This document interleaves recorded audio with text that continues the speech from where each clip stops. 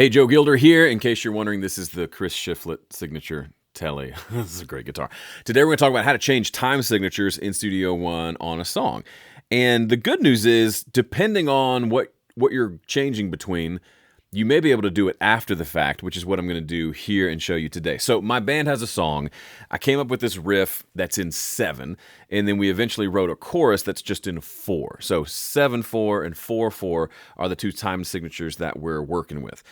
But I don't want to go through and like map out each section inside of Studio One before we record, partly because that sounds tedious, and partly because we actually don't even know the arrangement yet. We might, add in a chorus, add in a solo section, make the intro longer.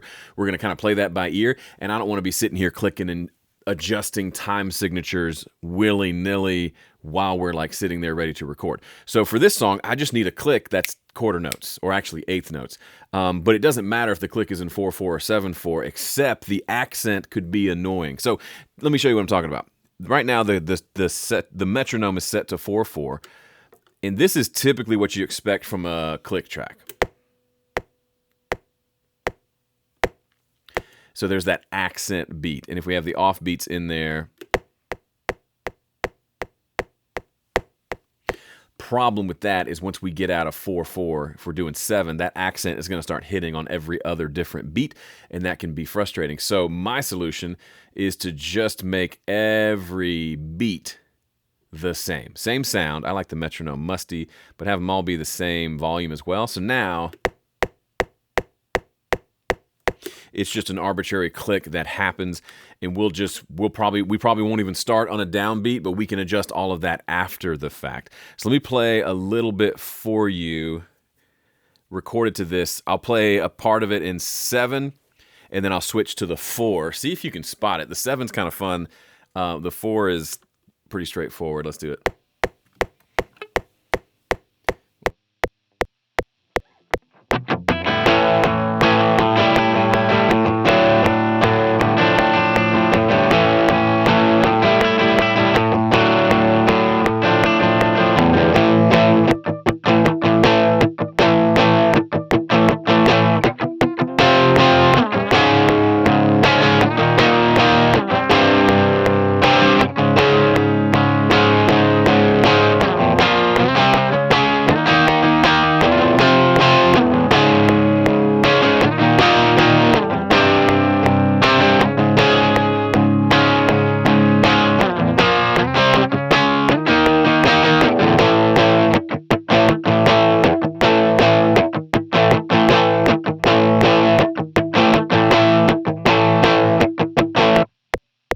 Okay, so we started in 4/4, but I think since the song starts in 7/4, let's just change it here. I'm going to double click here on the time signature. By the way, if you don't see the time signature here, just come down here, click on this button and choose signature.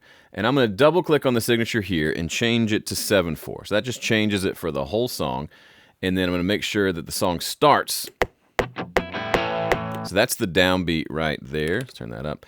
So I want that to line up there. So all I'm going to do is just chop off the beginning of this and drag this back.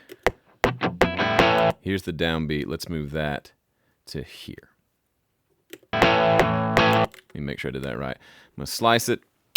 That way I know it's right on the beat, and drag it back. And then I can just peel this back to give me the couple of notes leading into it.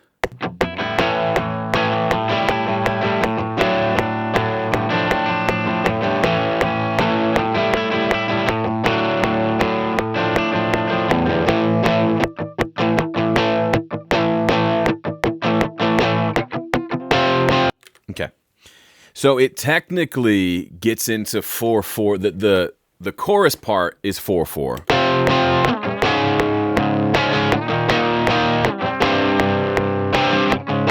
Just regular old 4/4.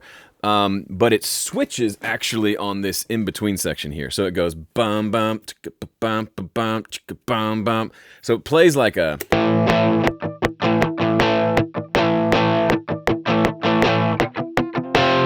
So the downbeat's here, and it's technically 4/4 here. What happens if I change the time signature right here on this beat 1 of measure 5? Let's just see. insert time signature. So I just right-clicked inside of this thing. And if I just insert 4/4, what happens?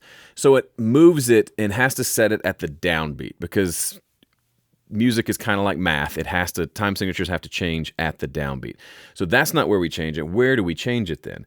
So we got to find where the downbeats are and make those changes. So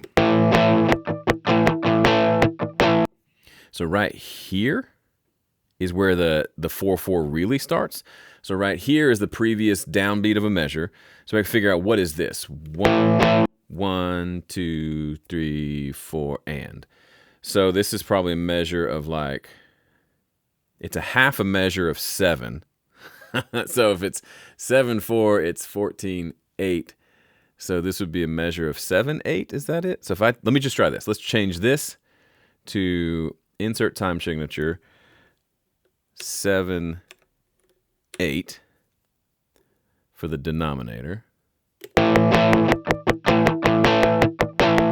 Yeah, and so now I can insert the time signature here and go to straight 4/4. So here's 4/4. So the click will sound funny there, but it'll actually demonstrate what I'm doing here.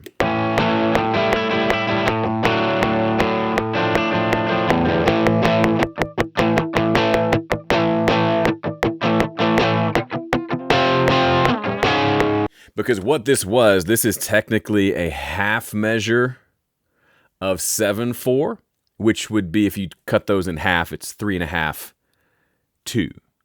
But there's no way to mark 3.5, so we have to make it 7/8. So the only thing that changes is the subdivisions get kind of crazy right there.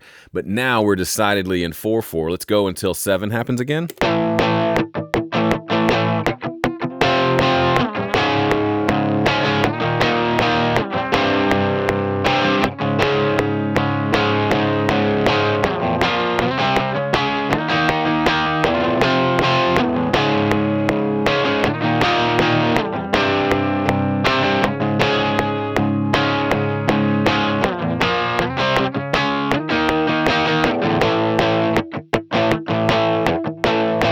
By the way, in case you can't hear it, I'll count it for you.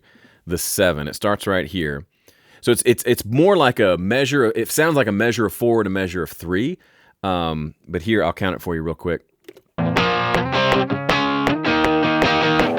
2, 3, 4, 5, 6, 7. 1, 2, 3, 4, 5, 6, 7. So we got to change the time signature here at bar 14, and that should be pretty easy to do. We just right-click inside a time signature, or you can click on this little plus sign right there, but right-clicking right where you want it. Actually, I think it matters where the playhead is. No, it's where you click. Okay, cool. So playhead here, click that plus sign, or we just right-click here. Insert time signature. We're back to 7/4, and that should work fine.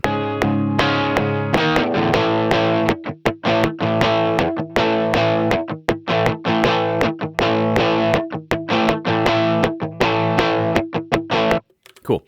And we would just do that every time it switches back and forth. Now you may wonder, what's the point? For a song like this, it may not matter at all. But for me, it's helpful I like my grid lines to line up. So if it's in 7/4, mostly I might leave it alone for the 4/4, but I'm so used to seeing downbeats happen on these numbers, especially if I want to add in any loops, any like MIDI elements that are going to loop. It makes sense to kind of have all the measures be accurate.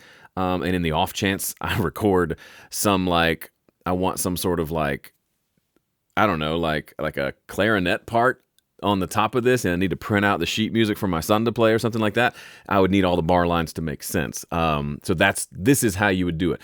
For the most part, I've gone most of my career without changing time signatures almost ever, but this is how you would do it. And this is how you would do it in a way that keeps everything nice and tidy. So I would record it depending on the song. If you're going from like a nice solid 4 on the floor to some sort of loosey-goosey 6/8 feel, you may not be able to do it after the fact like I'm doing. You may have to really map it out and have everything set, and you record exactly starting at bar 1. For me and my band, we like to just, like, we'll just literally we'll set it to 7/4, 4/4, it won't matter. We'll just hit record and we'll just let it run. And we'll keep kind of figuring out until we find something that sounds good, and then that's going to be our downbeat. Anyway, that's how I would set up a song with multiple time changes. This will happen once in a blue moon for me. Maybe you do lots of stuff that changes time signatures all the time.